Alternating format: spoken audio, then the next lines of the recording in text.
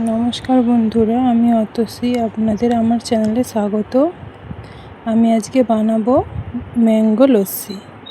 দেখুন, তার জন্য দই নিয়ে নিয়েছি, দিয়ে দিচ্ছি 2 চামচ চিনি, সামান্য একটু নুন দিয়ে দইটাকে ভালোভাবে ফেটিয়ে নিচ্ছি।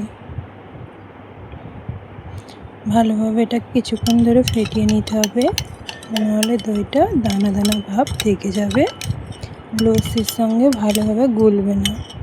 দেখুন, এখানে দইটা ফেটানো হয়ে গেছে।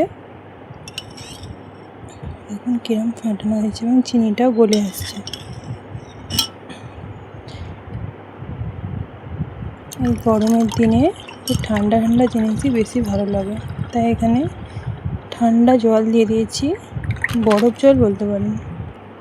তো এই জল দই ভালোভাবে গুলিয়ে নিচ্ছি। গরমের দিনে লস্যি সবারই ভালো লাগে, আর আমি এখন বানাচ্ছি ম্যাঙ্গো লস্যি। এখন যেহেতু ম্যাঙ্গো পাওয়া যাচ্ছে, তাই এখানে আমার মিষ্টিটা একটু কম হয়ে গেছিলো, তাই অল্প চিনি দিয়ে দিলাম। আপনারা স্বাদ অনুযায়ী চিনি দেবেন। চিনিটাকে ভালোভাবে আবারও গুলিয়ে নিচ্ছি। দেখুন, এখানে একটা আমের স্লাইস কিউব করে কেটে নিয়েছি, কতই না ভালো লাগছে। আমার আম খুবই ভালো লাগে, তাই লস্যির সাথে আবার যদি আম হয় আরোই ভালো লাগে। দেখুন, আমের কিউবগুলো দিয়ে দিয়েছি, ভালোভাবে গুলিয়ে নিচ্ছি। তো এখানে আপনারা যদি আম নাও পছন্দ করেন, তাহলে শুধু টক দই দিয়েও লস্যিটা বানিয়ে নিতে পারেন। দেখুন এখানে লস্যিটা কীরকম হয়েছে।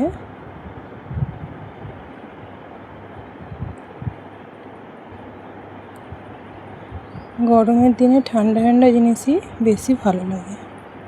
দেখুন, লস্যিটা আমার এখানে রেডি, কিন্তু এখানে আম দেওয়া হয়েছে, কিন্তু আমের ফ্লেভারের জন্য দিয়ে দেব একটু মাজা দিয়ে দিচ্ছি। এই যে মাজাটা অ্যাড করে নেব এর সঙ্গে, তাই আমের ফ্লেভারটা ভালোভাবে পাওয়া যাবে, স্বাদটাও ভালো হবে।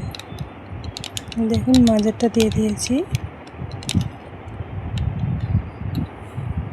কালারটা হালকা চেঞ্জ হয়ে গেছে। পরিবেশনের জন্য একদম রেডি। ধন্যবাদ।